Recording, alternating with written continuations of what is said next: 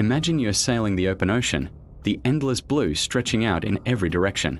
Suddenly, you spot another vessel, a two-masted brigantine, sailing erratically. As you draw closer, something feels deeply wrong. There's no one at the helm.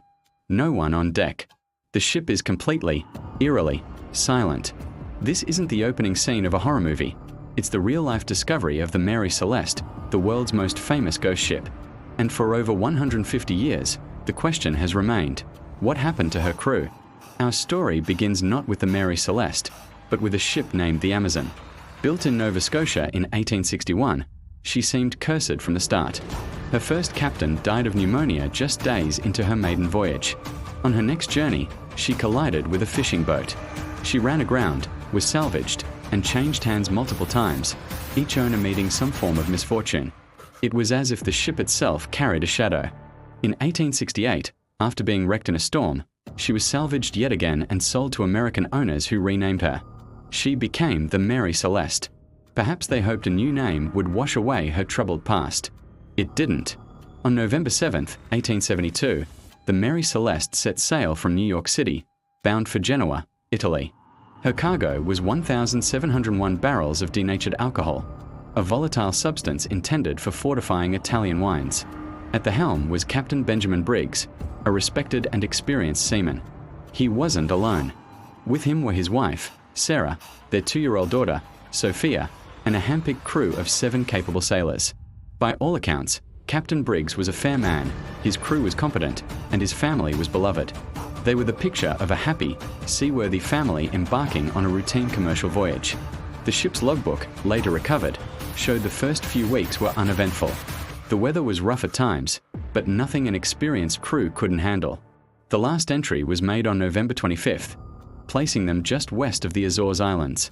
After that date, the log falls silent. Almost 10 days later, on December 5, 1872, another ship, the D.I. Gracia, was sailing through the same stretch of the Atlantic. Its captain, David Morehouse, knew Captain Briggs personally. So you can imagine his surprise when he spotted the Mary Celeste sailing unsteadily, its sails tattered and its course aimless. He hailed the ship. No response. He hailed again. Nothing but the sound of wind and waves. Fearing the worst, Morehouse sent his first mate, Oliver DeVoe, and 2 other men to board the vessel. What they found was a scene of chilling abandonment. The ship was deserted. Yet, it was, as DeVoe reported, a thoroughly seaworthy vessel. The sails were partly set, some torn by the wind, but the rigging was mostly intact. The ship's single lifeboat was missing. Down below, the crew's quarters were tidy, their sea chests and personal belongings still in place. Money and valuables were untouched. In the captain's cabin, they found Captain Briggs's navigational instruments, his logbook, and even his wife's sewing machine, and needles still in the fabric. A small pump had been disassembled, and there was about 3.5 feet of water in the hold, which wasn't considered a dangerous amount for a wooden ship of that size. The ship's chronometer and sextant were gone, as was the ship's register.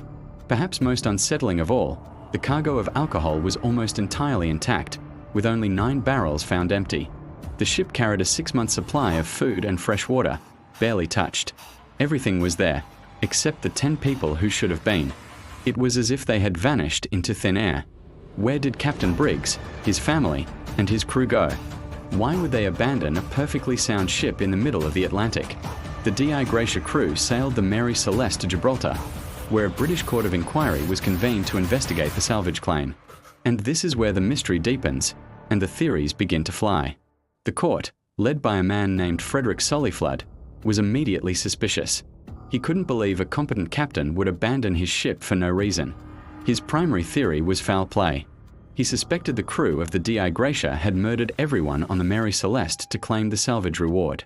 He pointed to small, dark stains on the deck, which he claimed were blood, and a cut on the ship's rail, suggesting violence. However, chemical analysis proved the stains were not blood, and there were no other signs of a struggle. His theory was baseless, fueled by suspicion rather than evidence. Another popular theory at the time was mutiny. Did the crew, perhaps drunk on the cargo of alcohol, rise up against Captain Briggs? This seems unlikely. Captain Briggs was known as a fair commander, and the crew was carefully chosen.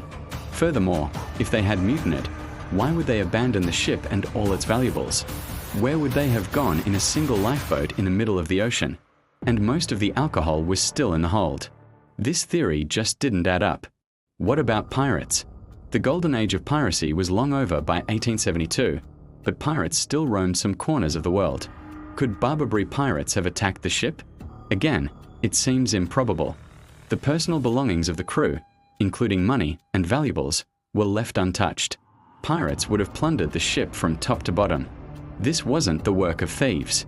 So, let's explore a more scientific and perhaps more plausible explanation. The cargo was 1,701 barrels of denatured alcohol.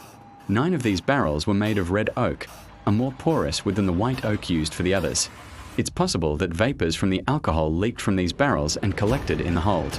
Perhaps there was a small, harmless explosion, a sudden burst of pressure that blew off the main hatch cover, which was indeed found on deck.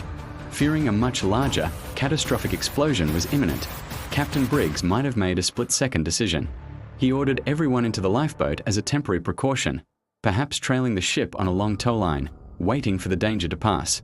Then, a sudden storm could have snapped the line, or the wind could have picked up, pushing the empty Mary Celeste away faster than they could row, leaving them stranded and alone in the vast, unforgiving Atlantic. This alcohol vapor theory neatly explains the missing lifeboat, the abandoned but seaworthy ship, and the captain taking his navigational tools with him. It suggests not foul play, but a tragic miscalculation made in a moment of panic. A recent experiment conducted by scientists at University College London adds weight to this theory. They recreated the conditions in the ship's hold and ignited the alcohol fumes. The result was not a fiery, destructive explosion, but a pressure wave blast, a loud whoosh that was powerful enough to blow off a hatch cover but left no scorch marks or soot behind. It created a dramatic but ultimately harmless event that could have terrified an unsuspecting crew into abandoning their ship. And yet, despite these compelling scientific explanations, the mystery of the Mary Celeste endures. No trace of Captain Briggs, his family, or the crew was ever found. No lifeboat, no wreckage, no bodies. They were simply gone. The story captured the public imagination, inspiring countless books, articles, and even a famous short story by Arthur Conan Doyle, which introduced sensationalized elements like warm meals on the table, cementing the ship's ghost story status. The Mary Celeste herself continued her unlucky career for another 12 years, changing owners 17 times and bringing little but financial ruin to those who possessed her. Her final captain, in a desperate attempt to commit insurance fraud, deliberately ran her aground on a reef in Haiti in 1885. He tried to set her on fire, but the ship stubbornly refused to burn completely, a final act of defiance. Even in her destruction, she seemed to hold onto her secrets. For over a century, the wreck was lost, until it was finally discovered in 2001 by a team of marine archaeologists. The tale of the Mary Celeste is more than just a ghost story. It is a chilling maritime puzzle that speaks to our deepest fears of the unknown and the awesome power of the sea. It is a human tragedy about a family and a crew who sailed off into the horizon and never returned. We have theories, we have science, but we have no definitive answers.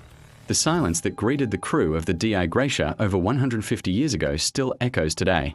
The Mary Celeste floats on in history, a ship without a crew, her deck empty, her ultimate fate lost to the depths of time and the vastness of the ocean.